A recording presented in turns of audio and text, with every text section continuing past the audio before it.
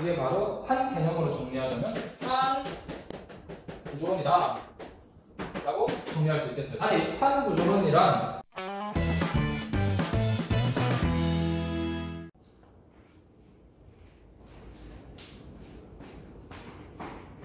안녕하십니까 여러분. 126쪽 직권의 변화부터 다시 수업을 해보겠습니다. 자, 여기 내용은 크게 어렵지 않은데요. 먼저 127쪽을 보게 되면 제목이 지진과 화산활동이라고 나와있죠. 지진과 화산활동의 원인이 바로 직권의 변화가 되는데, 직권이 어떻게 변하길래 지진과 화산활동이 일어나는가를 우리가 앞으로 배우게 되겠습니다.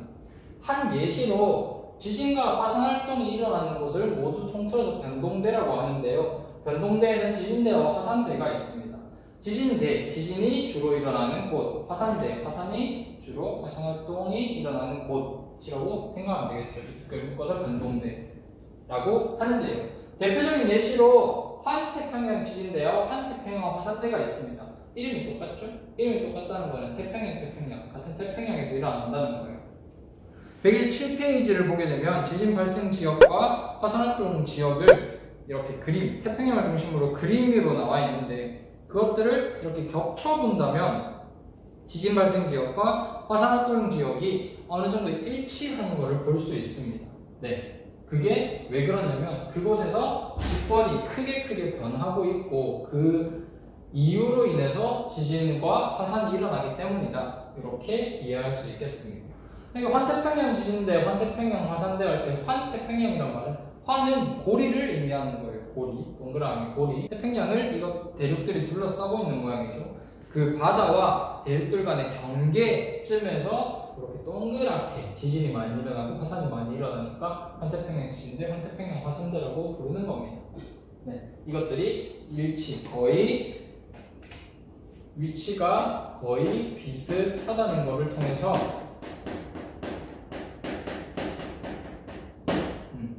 직권의 변화가 여기에서 많이 일어나기 때문에 위치가 거의 비슷한 데서 일어나는 거다. 지진과 화산활동에 연관성이 있다라는 거예요. 그럼 우리가 이 직권이 어떻게 도대체 변하는지를 알아보기 전에 128페이지 직권은 도대체 세부적으로 어떻게 구성이 되어 있느냐를 먼저 알아봐야겠죠. 자, 이 128페이지에 있는 그림을 좀 정확하게 옮겨 나갔는데 이렇게 볼 수 있겠어요. 중요한 포인트는 여기입니다. 바다 밑에 있는 지각은 당연히 해양 지각이겠죠. 대륙에 있는 지각은 당연히 대륙 지각일 거고요. 해양 지각을 이렇게 얇게 그리고 대륙 지각을 이렇게 두껍게 그린 이유가 있습니다. 밀도에 차이가 나는데요. 밀도. 아무래도 동일한 질량이 이렇게 비슷한 질량이 분포되어 있다 한다면 부피가 보다 작은 쪽이 밀도가 높을 거예요. 그죠? 밀도란 질량 퍼 부피니까요. 그죠? 그래서 해양 지각의 밀도 D K지라고 합시다. 해양 지각의 density 밀도가 대륙 지각의 밀도보다 더 높습니다. 요거는 나중에 우리 129페이지를 공부하게 될 때 수렴형 경계에서 중요하게 나올 거예요. 해양 지각과 대륙 지각이 만나면 도대체 어떤 일이 벌어지는가. 네, 거기서 공부해 보도록 하고 일단 요 포인트는 알아두도록 합시다. 해양 지각의 밀도가 대륙 지각의 밀도보다 더 높다. 그래서 부피를 이렇게 조그맣게 그려놨어요. 얇게. 명칭을 알아야 됩니다. 아까 전에 말했듯이 바다 밑에 있는 지각은 해양 지각, 대륙에 있는 지각은 대륙 지각. 이거 너무 쉽죠. 이제 우리가 알아야 될 명칭은 요 암석권 그리고 연약권, 멘틀이 있는데요. 지각, 멘틀, 외핵, 내핵은 우리 이미 알고 있을 거예요. 그거 말고 이제 나오는 표현이 암석권과 연약권이라는 표현이 나오는데, 멘틀의 상부층, 이게 전체가 멘틀이에요. 여기도 멘틀이고 여기 동그라미 치고 있는 거 여기도 멘틀입니다. 지각 바로 밑에 있는 이렇게 선생님이 표현한 부분 멘틀이에요. 그다음 빨간색으로 이렇게 그린 부분도 다 멘틀이에요. 하지만 멘틀의 상부층은 하부층보다 상대적으로 온도가 낮기 때문에 다소 딱딱한 돌덩이처럼 되어 있어요. 그래서 유동성이 거의 없는 딱딱한 돌덩이와 위에 있는 지각을 합쳐서 이것들을 딱딱한 곳이다, 암석이다, 암석으로 이루어져 있다, 암석권이라고 부릅니다. 다른 말로 판이라고도 부르고요. 판. 그리고 그걸 제외한 밑에를 연약권이라고 하는 겁니다. 그래서 멘틀의 딱딱한 상부층을 제외하고 연약권이라고 부르는 거고요. 지각과 멘틀의 상부층을 합해서 판이라고 부르는 겁니다. 오케이. 그래서 멘틀과 지각 그리고 연약권과 암석권의 이 범위 차이를 알아두길 바래요. 그래서 결국 우리가 직권의 변화라고 하는 거는 판의 이동 때문에 일어나는 것이다 라고 알아볼 수 있겠는데요. 판의 이동이 그럼 왜 일어나는 것이냐? 판의 이동이 왜 일어나는 것이냐?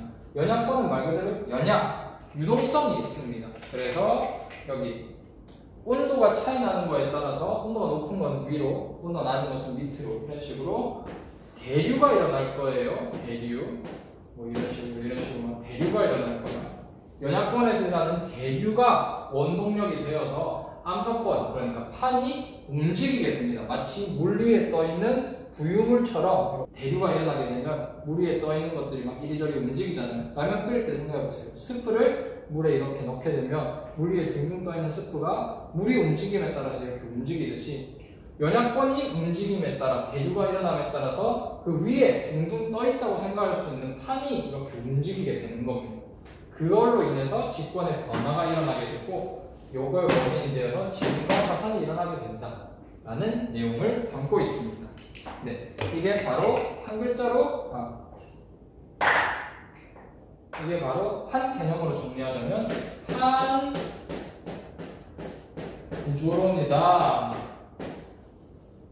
라고 정리할 수 있겠어요. 다시 판 구조론이란 연약권의 대류로 인해서 연약권의 대류가 원동력이 되어서 연약권 위에 있는 암석권, 판이 움직이게 되고 그것이 어떻게 움직이냐에 따라서 여러한 직권의 변화가 일어나는 걸 보고 판 구조론이라고 하는 겁니다.